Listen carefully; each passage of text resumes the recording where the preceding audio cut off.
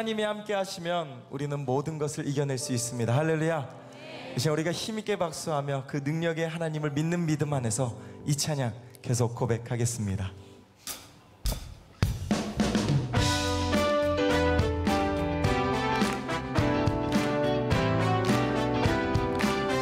이 눈에 아무 증거 아니 배여도 믿음만을 가지고서 늘 걸으며 이 귀에 아무 소리 아니 들려도 하나님의 약속 위에 서리라. 걸어가세 믿음 위에 서서 나가세 나가세 의심 버리고 걸어가세 믿음 위에 서서 눈과 귀에 아무 증거 이 눈에 보기에는 어떠하든지 이미 얻은 증거대로 늘 믿으며 이 맘에 의심 없이 살아갈 때에 우리 소원 주 안에서 이루리. 아멘. 걸어가세 믿음 위에 서서 나가세 나가세 의심 버리고 걸어가세 믿음 위에 서서 눈과 귀에 아무 증거 걸어가세 걸어가세 믿음 위에 서서 나가세 나가세 의심 버리고 걸어가세 믿음 위에 서서 눈과 귀에 아무 증거 우리 힘있게 박수합니다.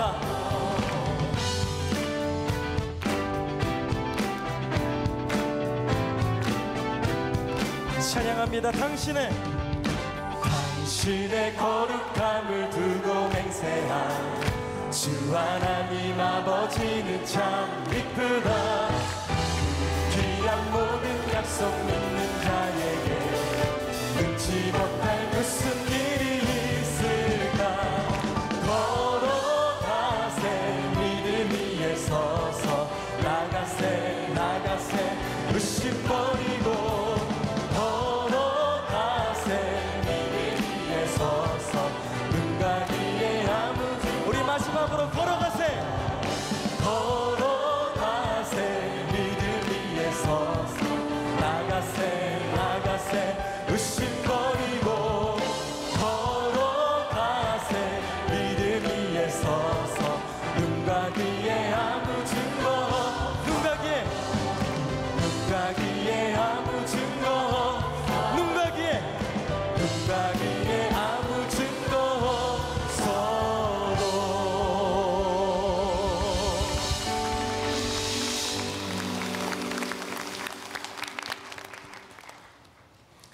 우리 마지막으로 한 번 더 고백하실 때 우리가 이 땅을 살아가는 동안 비록 이해할 수 없어도 그리고 아무것도 보이지 않을지라도 함께 하신 하나님 때문에 하나님 나는 오늘도 믿음으로 나아갑니다.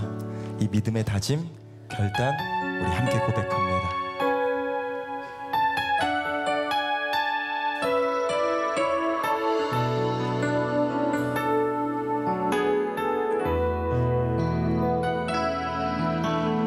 나 주님을 신뢰합니다.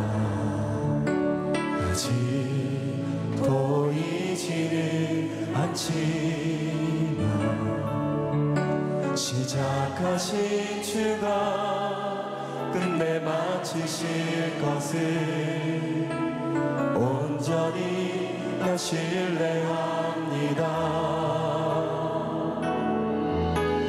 나 주님을 신뢰합니다. 아직 이해할 수 없지만 나보다 내 필요를 잘 아시는 주를 여전히 나 신뢰합니다. 주님이 주님 되시기에 나는 두렵지 않습니다.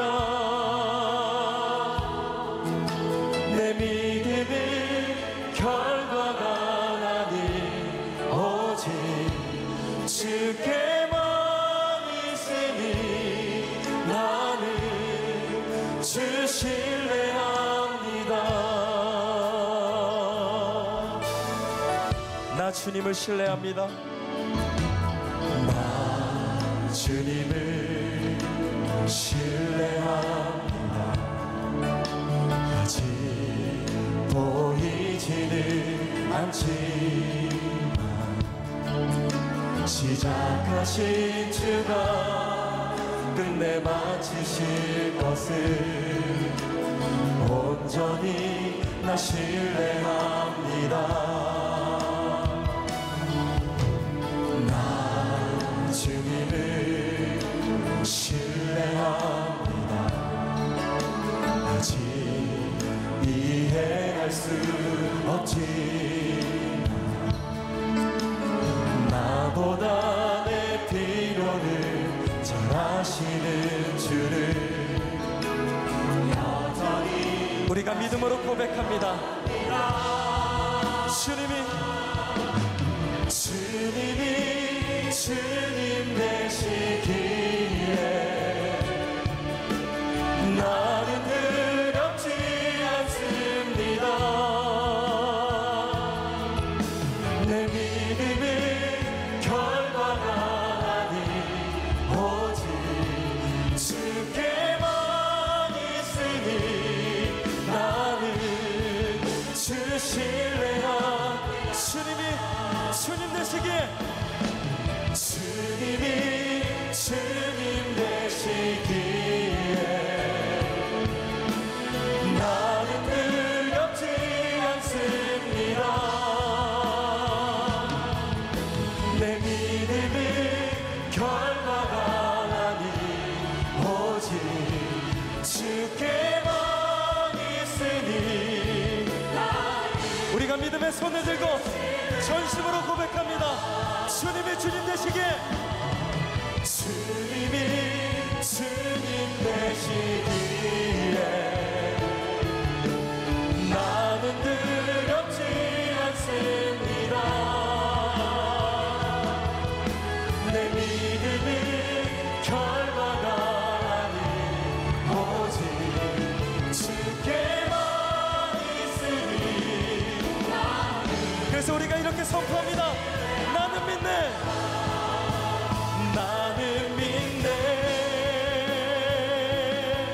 주의 능력으로 내 삶 새롭게 되리. 나는 믿네. 주의 능력으로 담대히 나가리라. 주와 함께 싸워 승리하리라.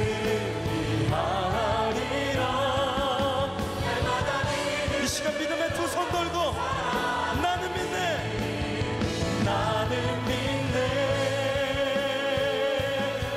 주의 능력으로 내 삶 새롭게 되리.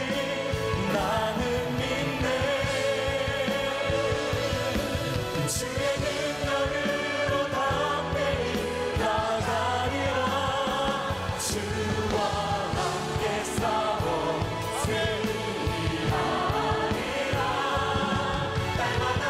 이 시간 함께 주신 말씀 기대하며 전심으로 기도합니다.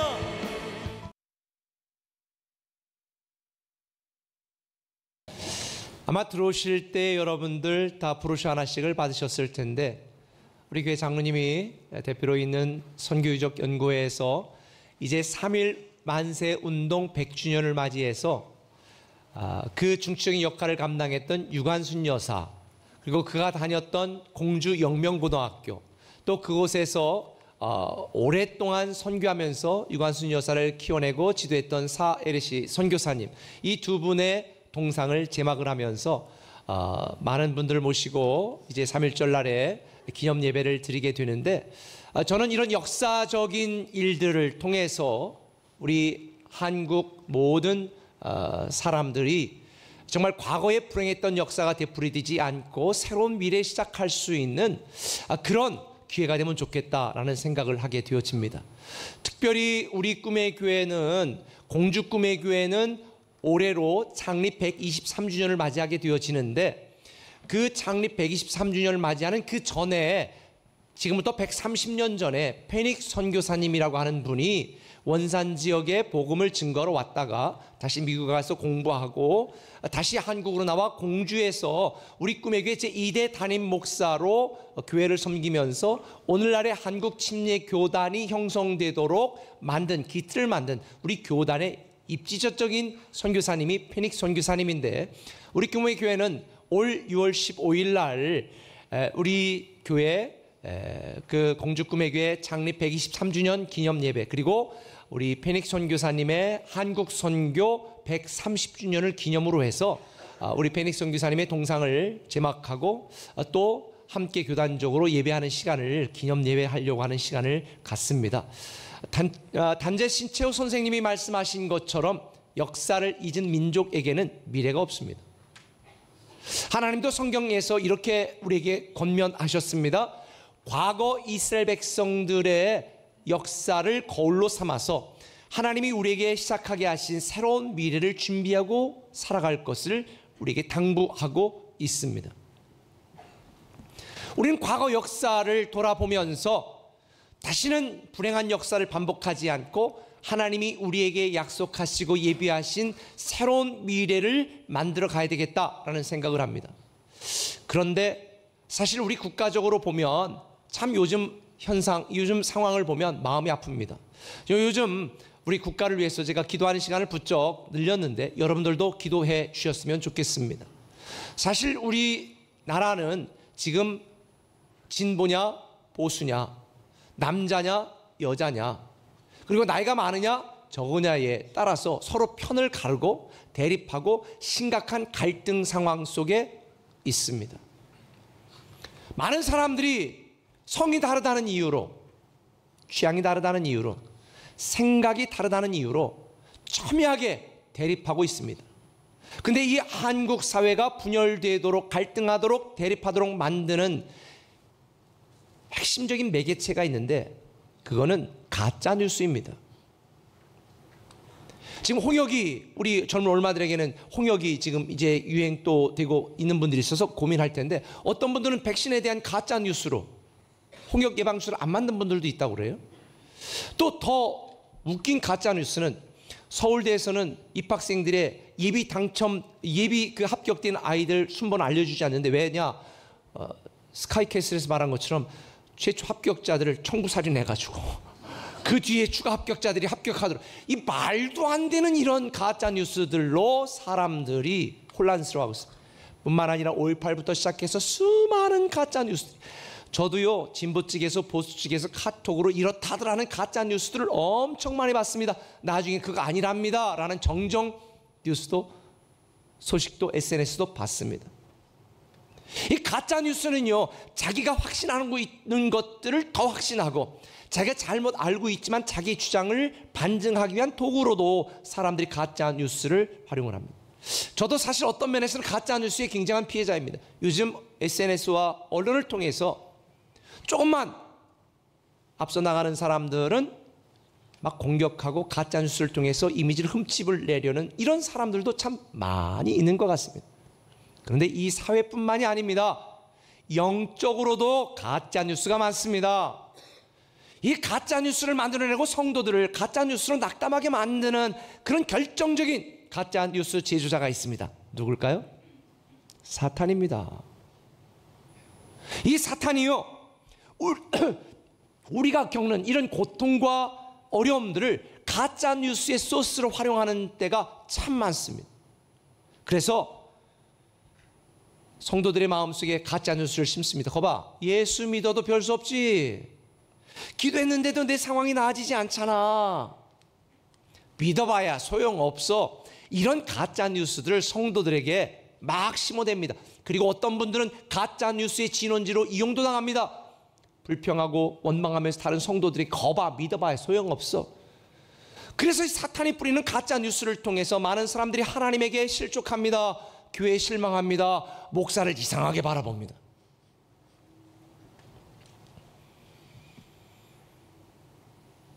알아야 될 것을 알지 못하고 들어야 될 것을 듣지 못하도록 우리의 생각을 혼란스럽게 만드는 진원지가 사탄이 많은 영적 가짜 뉴스. 이 가짜 뉴스를 만들기 위해서 사탄은 성도들에게 수많은 잘못된 질문들을 던져댑니다. 잘못된 질문을 던지니까 잘못된 답을 할 수밖에 없는 것입니다. 사단이 최초의 인간인 아담과 하와에게 잘못된 질문을 던졌습니다. 야, 그거 먹으면 죽는다냐? 잘못된 질문을 던지니까 아담과 하와도 잘못된 답변을 했어요. 글쎄 모르겠는데, 죽을지도 모르겠는데. 거기서부터 비극이 시작된 것입니다. 오늘날도 마찬가지입니다. 사단은 지금도 끊임없이 성도들에게 잘못된 질문, 왜곡된 질문을 던집니다. 그러니 왜곡되고 잘못된 답변을 할 수밖에 없는 것입니다. 하나님이 널 사랑한다는데 왜 고난을 줘? 이 질문이 잘못된 거예요.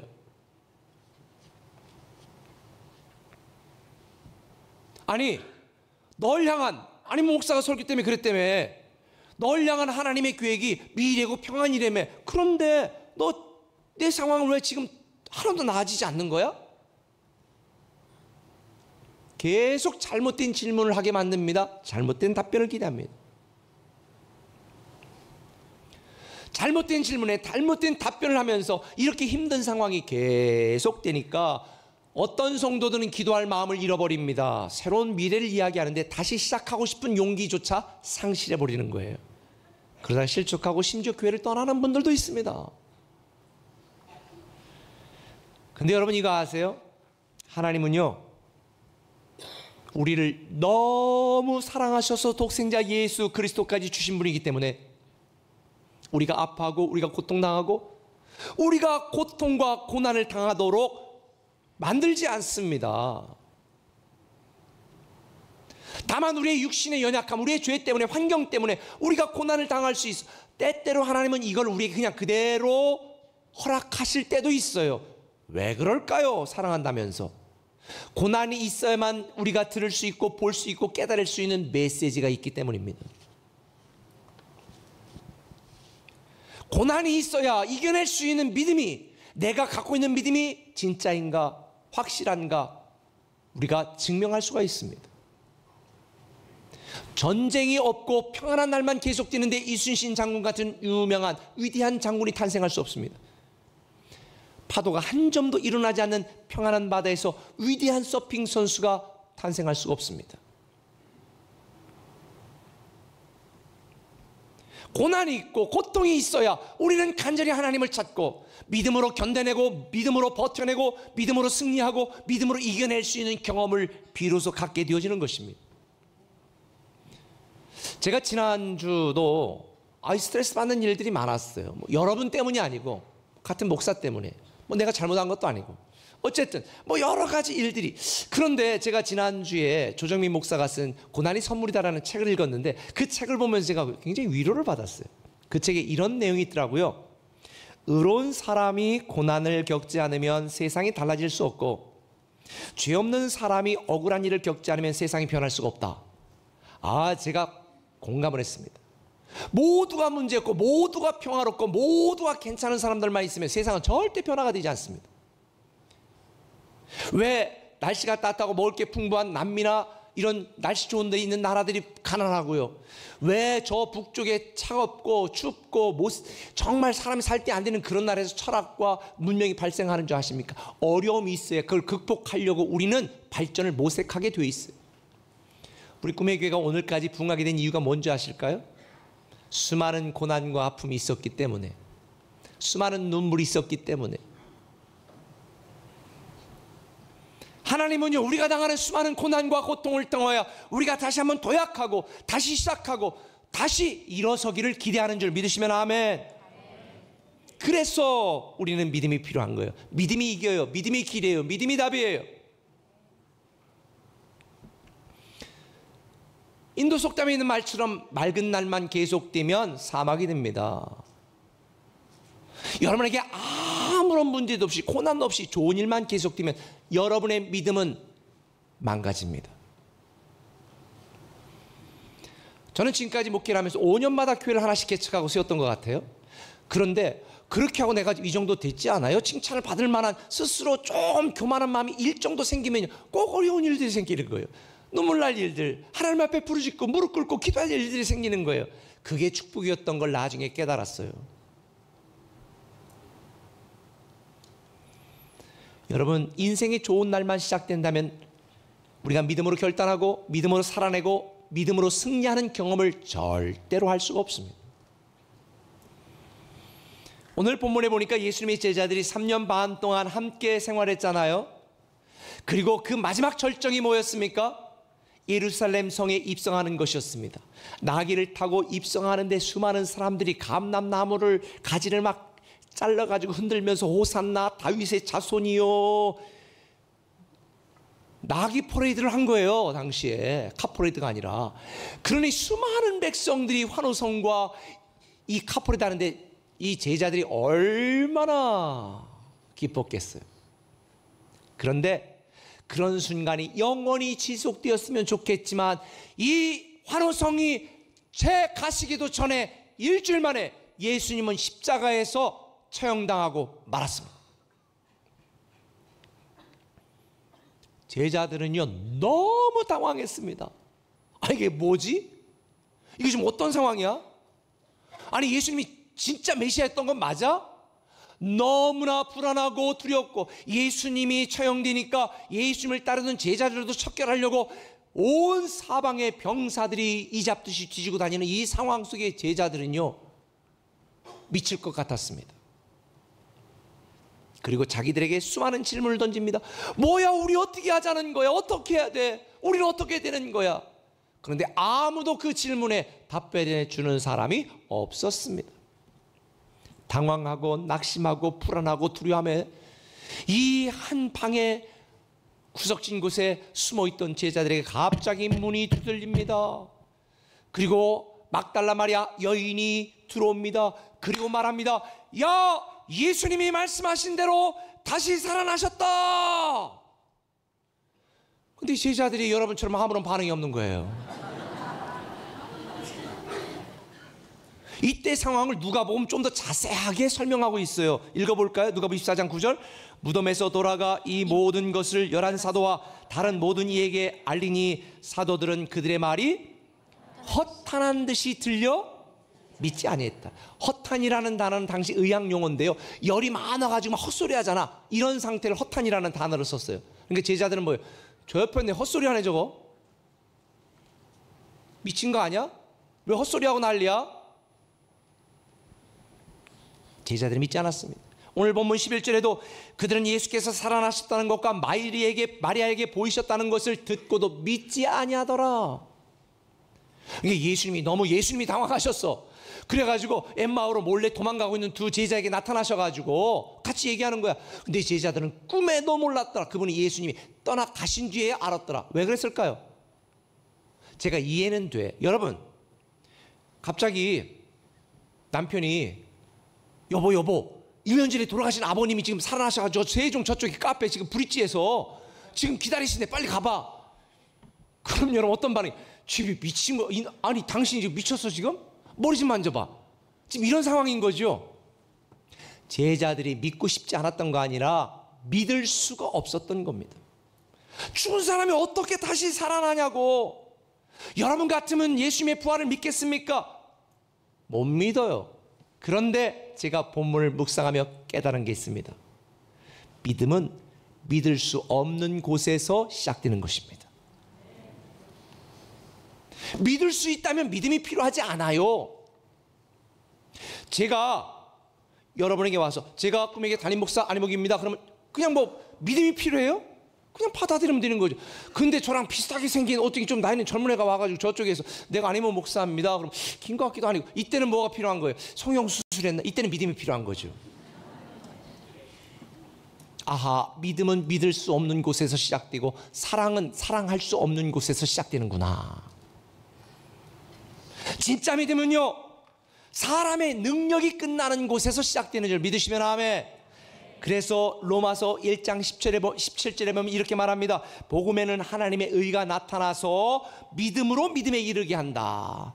오직 의인은 믿음으로 말미암아 산다. 저는 이걸 한글 성경으로 읽을 때마다 좀 이해가 안 됐어요. 믿음으로 믿음에 이르게 한다는 말이 뭐지? 믿음으로 믿게 한다. 그럼 믿음이 다른 게 있나? 그래서 제가 영어 성경으로 이번에 말씀을 준비하면서 봤어요. NIV에 보이니까 이렇게 돼 있어요. By faith from first to last. 이게 직역을 하면 이거예요. 처음부터 끝까지 믿음으로라는 뜻이에요. 처음부터 끝까지 믿음으로. 그러니까 처음부터 끝까지 믿음이 아니고는 이해할 수 없다. 처음부터 끝까지 믿음으로 살아야 그 믿음이 우리로 하여금 의인이 되게 만드는, 하나님의 자녀라 칭함받는 믿음이 된다는 것입니다. 내가 믿고 싶을 때만 믿는 게 아니고, 믿을 수 있을 때만 믿는 게 아니고, 처음부터 끝까지 믿음으로. 근데 오늘 많은 성도들이 자기 믿고 싶은 것만 믿어요. 믿을 수 있을 때만 믿어요. 그건 믿음이 아니에요. 취미생활이지. 처음부터 끝까지 믿는 게 믿음인 줄 믿으시면 아멘. 솔직히 우리가 인생을 살면서 이해할 수 없는 일들이 너무 많습니다. 저도 개인적으로도 이해할 수 없는 일들이 참 많아요. 아니, 하나님 왜 그러신 거예요? 이런 질문이 참 많아요. 그런데요, 처음부터 끝까지 믿음으로 살아야 이 믿음이 여러분을 새로운 미래로 나아가도록 만듭니다. 이 믿음이 여러분이 원하는 그 기대 이상의 열매를 맺도록 만듭니다. 이 믿음이 여러분의 미래를 현실로 만드는 줄 믿으시면 아멘. 그래서 우리는 믿음으로 살아야 돼요. 믿음이 길이고 믿음이 답이고 믿음이 이기는 거예요. 믿음의 과정에 실망하지 마시고 믿음의 열매를 맺게 하시는 주만 바라보시기를 예수님의 이름으로 축원합니다. 제가 지금 올 2019년도 계속 새로운 미래에 대한 이야기를 하고 있습니다. 이미 새로운 미래는 저와 여러분에게 시작되었습니다. 이 믿음을 가진 자는 새로운 미래를 현실로 만들 것이고, 이미 주어지고 이미 시작된 이 새로운 미래가 여러분에게 믿음이 없다면 여러분에게는 소설로 끝날 것입니다. 그래서 제가 오늘 여러분에게 중요한 두 가지 질문을 던지려고 해요. 왜? 제가 대신 믿어줄 수 없거든요. 첫 번째 질문입니다. 한번 따라합시다. 누구로 살아갈 것인가? 나는 누구로 살아갈 것인가? 이 질문을 여러분이 스스로 답을 할 수 있어야 됩니다. 오늘 본문 14절에 같이 한번 읽어볼까요?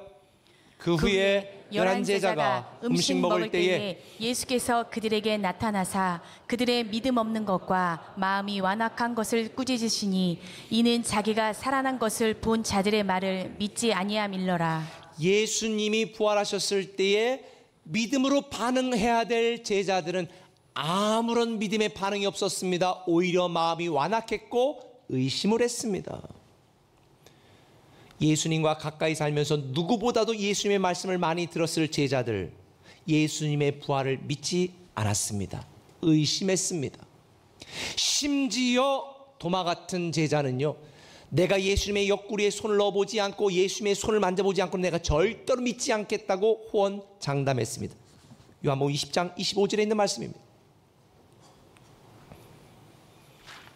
그때 주님은 도마를 향해 뭐라고 말씀했을까요?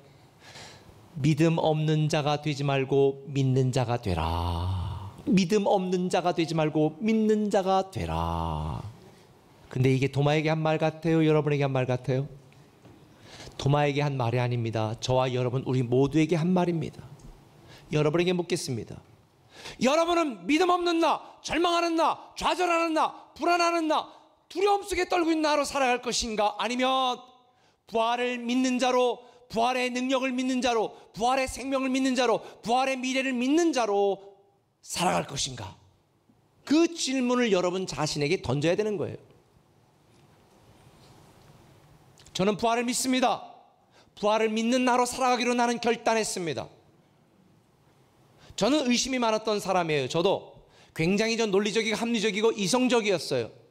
그래서 제가 연구를 했거든요. 특별히 저는 역사를 좋아해서 역사를 많이 연구를 했습니다. 그런데 세상에 한 사람, 10사람, 100사람, 1000사람, 10,000사람도 아니고 수만 명의 사람들이 예수님 당시에 예수님이 부활하셨다고 두려움 속에 떨고 숨어있던 사람들이 길거리에 나가 목이 잘려지고 장에 찔리고 사자밥이 되고 그 처절한 고문을 당하면서도 웃으면서 예수님은 부활했다고 증거하고 증언하는 걸 보면서 저는 부활은 사실이다, 이걸 깨달았어요. 믿음은 내가 믿고 싶다고 믿는 게 아니고 믿을 수 있다고 믿는 게 아닙니다. 믿을 수 없어도 믿는 게 믿음입니다. 그래서 고린도전서 15장 16절은 말합니다. 만일 죽은 자가 다시 살아나는 일이 없으면 그리스도도 다시 살아나는 일이 없었을 것이요 그리스도께서 다시 살아나는 일이 없으면 너희의 믿음도 헛되고 너희가 여전히 죄 가운데 있을 것이라는 거예요. 만일 부활이 없다면 기독교는 사기극입니다. 인류 최대의 사기극입니다. 그래서 우리는 십자가 신앙을 넘어 부활의 믿음으로 나아가야 되는 것입니다. 복음의 핵심은 부활입니다. 부활을 믿는 것이 믿음입니다. 부활을 믿으면 여러분의 인생이 달라집니다. 살아가는 방법이 달라집니다. 여러분의 존재가 달라집니다. 죽음도 두려워하지 않아요. 여러분, 부활하는데 죽음이 두렵습니까? 또 살아나면 되지. 저는 어릴 때 영화를 보면서 주인공이 죽으면 울었어요. 불쌍해서. 그리고 다음 영화 보러 가는데 야, 주인공 죽었어. 그런데 또 살아나. 여러분, 부활의 믿음이 있다면 우리는 두려워할 이유가 없어요. 내가 망해도, 내가 안 돼도, 내가 죽어도, 우리는 죽어도 죽지 않고 영원히 사는 존재, 육신의 삶이 끝나도 영원히 사는 존재, 이 부활의 믿음이 있다면 여러분의 삶이 달라질 줄 믿습니다. 오늘의 고난과 괴로움을 이겨낼 수 있는 유일한 방법, 부활의 믿음을 갖는 것입니다. 저는 성경을 읽고 또 오늘 본문의 말씀을 연구하면서 하나님이 왜 아브라함을 믿음의 조상, 복의 근원으로 만드셨을까 연구를 했는데, 아브라함이 갖고 있는 믿음이 무슨 믿음인 줄 아세요? 부활의 믿음이에요. 어떻게 하냐고요? 로마서 4장 17절에 아브라함에 대하여 성경은 이렇게 말합니다. 기록된 바 내가 너를 많은 민족의 조상으로 세웠다 하심과 같으니 그가 믿는 바 하나님은 죽은 자를 살리시며 없는 것을 있는 것으로 부르시는 이시니라. 할렐루야. 아브라함이 갖고 있는 믿음은 죽은 자를 살리시며 없는 것을 있는 것으로 부르시는 하나님에 대한 믿음이 있었어요. 여러분, 아내가 생리가 끊은 지 30년이 지났어. 아니 40년이 지났어. 그런데 애가 생긴 거예요. 세상에, 야, 이런 일이 있네. 없는 것에서 있는 거로 부르시는 하나님을 경험했습니다. 그러고 나니까 아브라함은 하나님은 죽은 자도 살리실 수 있구나라는 사실을 깨달았어. 그래서 아브라함이 하나님이 이삭을 바치라 그랬을 때 주저하지 않고 네 하고 순종하고 이삭을 바치기로 결단했습니다. 왜? 아브라함에게는 부활의 믿음이 있었어. 이걸 히브리서 11장 19절은 이렇게 말하는 거예요. 같이 읽어볼까요? 그가 하나님이 능히 이삭을 죽은 자 가운데서 다시 살리실 줄로 생각한 거예요. 솔직히 처음에는 이해가 안 됐겠죠. 아니 왜 하나님, 왜 이삭을 바치라는 거예요? 차라리 이제 죽을 때 된 나를 바치라면 이제 나의 얼마 살지 못할 거니까 내가 기꺼이 갈 거예요. 그리고 뭐 살아, 뭐 이제 애도 낳겠다, 뭐 별로 뭐 매력적이지도 않고 다 늙었는데 아내 바치라면 빨리 바치겠지. 제가 양육할 때마다 이거 꼭 질문한다고 그랬잖아요. 아브라함 이삭을 바치는데 여러분 어떻게 자식 바치겠어요? 목사님 그건 좀 힘들 것 같아요. 근데 남편은 다 주저없이 바친대. 그때 내가 얼마나 심각한 배신감을 느꼈는 줄 아세요? 여자는 믿을 게 안 되는구나. 아니 애도 낳게 해지, 먹여주지, 살려주지, 데리고 살아주지, 이뻐해주지. 그런데 왜 남편을 바쳐? 세상에. 하긴 나도 뭐 아내는 바칠 수 있지만 애는 못 바칠 것 같아.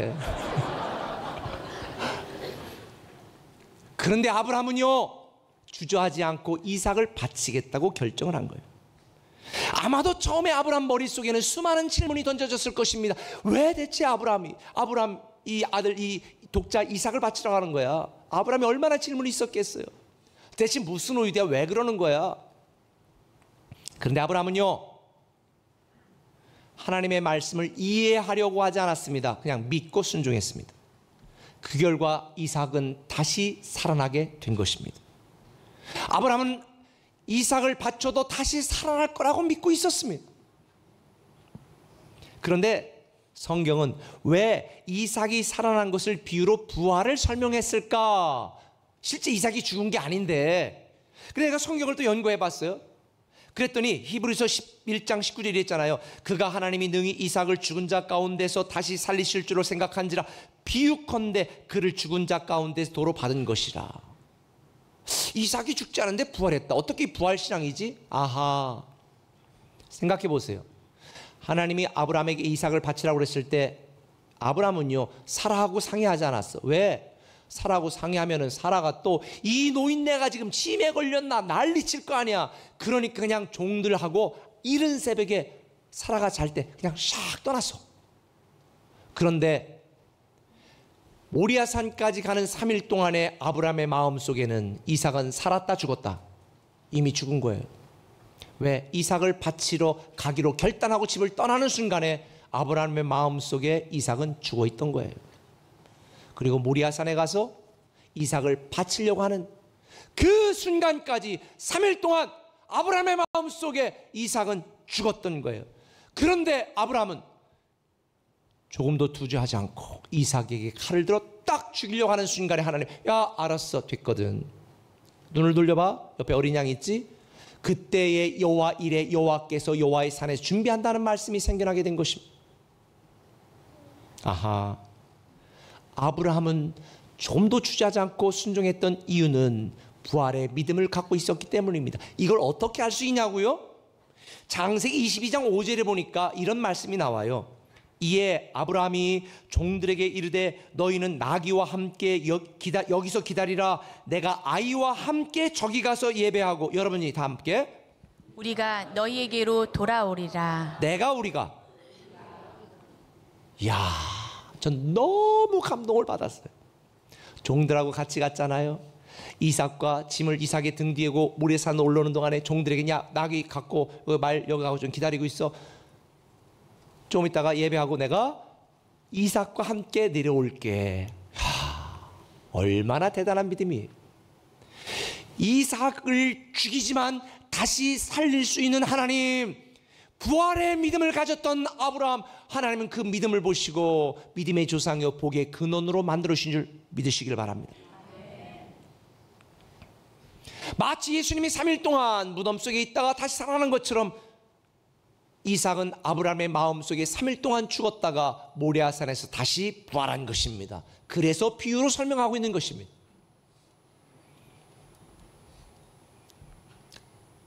여러분의 삶 속에서 없는 것을 있는 것처럼 만드시고 죽은 자를 다시 살리시는 이 부활의 신앙, 부활의 믿음을 여러분이 갖고 있다면 새로운 미래는 반드시 여러분의 현실이 됩니다. 믿음은 믿을 수 없어도 믿고, 믿고 싶지 않아도 믿는 것입니다. 여러분에게 다시 묻겠습니다. 여러분은 누구로 살아갈 것입니까? 부활의 믿음을 가진 나로 살아갈 것인가? 불신의 신앙으로 좌절하고 낙망하고 두려워하는 징징거리는 나로 살아갈 것인가? 그 결정은 여러분이 하는 거예요. 왜? 제가 대신 믿어줄 수 없으니까. 오늘날 많은 사람들이 증거를 보여달라고 말합니다. 증거를 보여주면 의심합니다. 믿음은 그냥 믿는 것입니다. 처음부터 끝까지 믿는 것입니다. 어차피 모든 걸 다 알고 가는 사람은 없습니다. 저도 하나님에 대해 다 모릅니다. 제 인생 가운데 이해할 수 없는 일들이 너무 많습니다. 그러나 저는 하나님을 믿습니다. 자기 아들도 아끼지 않고 우리에게 주시니까 어찌하여 우리에게 모든 좋은 걸 주지 않겠느냐? 교회도 마찬가지예요. 여러분이 교회 목회하는 거, 우리 교회 모든 걸 다 안다고 믿어질 것 같아요? 어차피 믿기로 결정하고 믿어주니까 믿음이 생기는 것입니다. 신앙생활도 마찬가지입니다. 성도가 목사를 믿지 않으면 신앙생활 못해요. 여러분이 하나님을 믿지 않으면 믿음 생활 못합니다.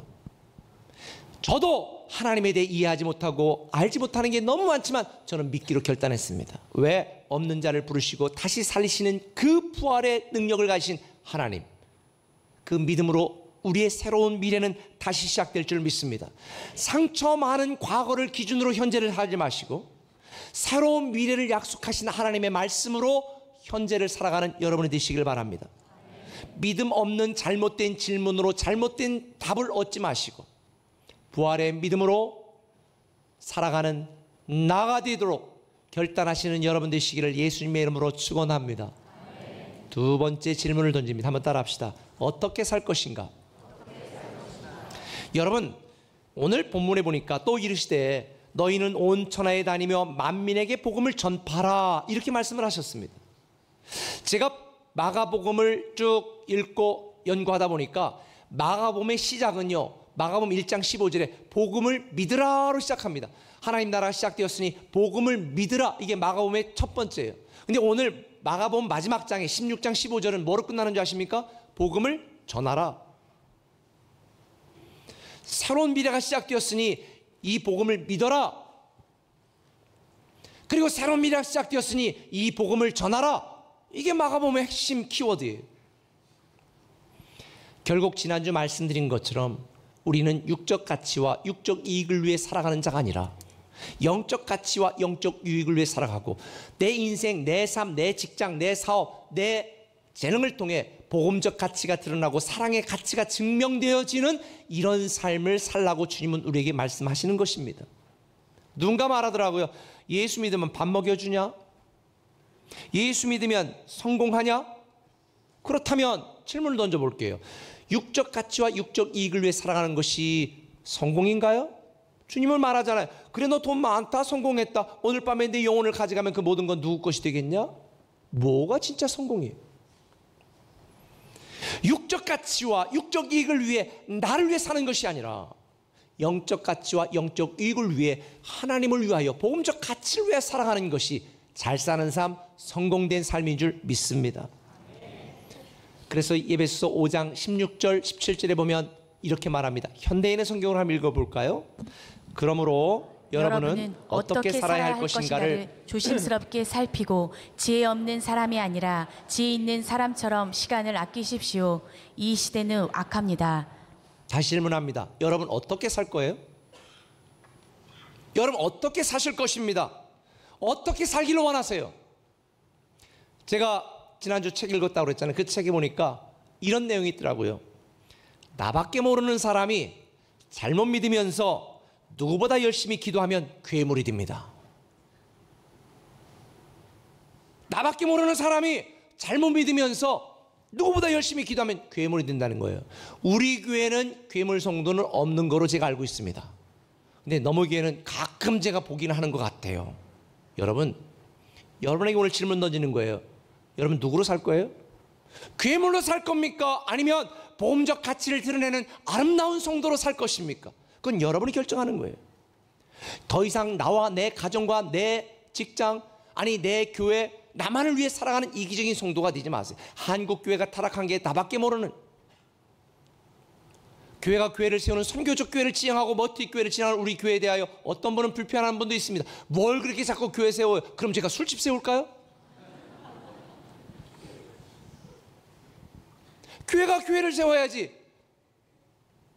그러면 교회가 클럽 세워요? 어떻게 물병 한 장씩 드려? 여러분, 이 사회가 얼마나 타락하고 얼마나 문제가 있습니다. 우리는 어떻게 살 것인가를 결정해야 됩니다. 많은 사람들이 교회가 부패하고 교회가 문제가 있다. 아니에요. 그래도 이 세상의 유일한 희망은 교회밖에 없습니다. 그리스도의 몸인 교회. 저는 우리가 원하지 않아도 주님이 원하면 복음을 전하는 복음적 가치를 위해 살아가는 우리 꿈의 교회가 되기를 예수님의 이름으로 축원합니다. 우리가 살아가는 삶의 터전은 겨우 버티는 전쟁터가 아니라 하나님이 우리를 그곳으로 파송한 아름다운 선교지라는 사실을 믿으시고 여러분의 직장에서, 여러분의 사업도에서, 여러분의 가정에서 최선을 다하여 복음적 가치, 사랑의 가치, 하나님 나라의 증인으로 살아가는 여러분이 되시기를 예수님의 이름으로 축원합니다. 새로운 미래를 원하세요? 제가 오늘 두 가지 질문을 던집니다. 나는 누구로 살아갈 것인가? 복음적 이 부활의 능력, 부활의 믿음으로 살아가는 나, 이렇게 답변하면 맞아요. 나는 어떻게 살아갈 것인가? 복음적 가치를 증가하는 삶, 이렇게 답변하면 맞아요. 그러나 저는 강요할 수 없습니다. 왜? 여러분의 인생은 여러분이 결단하고 여러분이 살아가는 것이니까. 오늘 두 가지 질문을 던졌습니다. 이 두 가지 질문에 대한 답에 여러분이 하나님이 원하시는 답을 하시기를 예수님의 이름으로 축원합니다.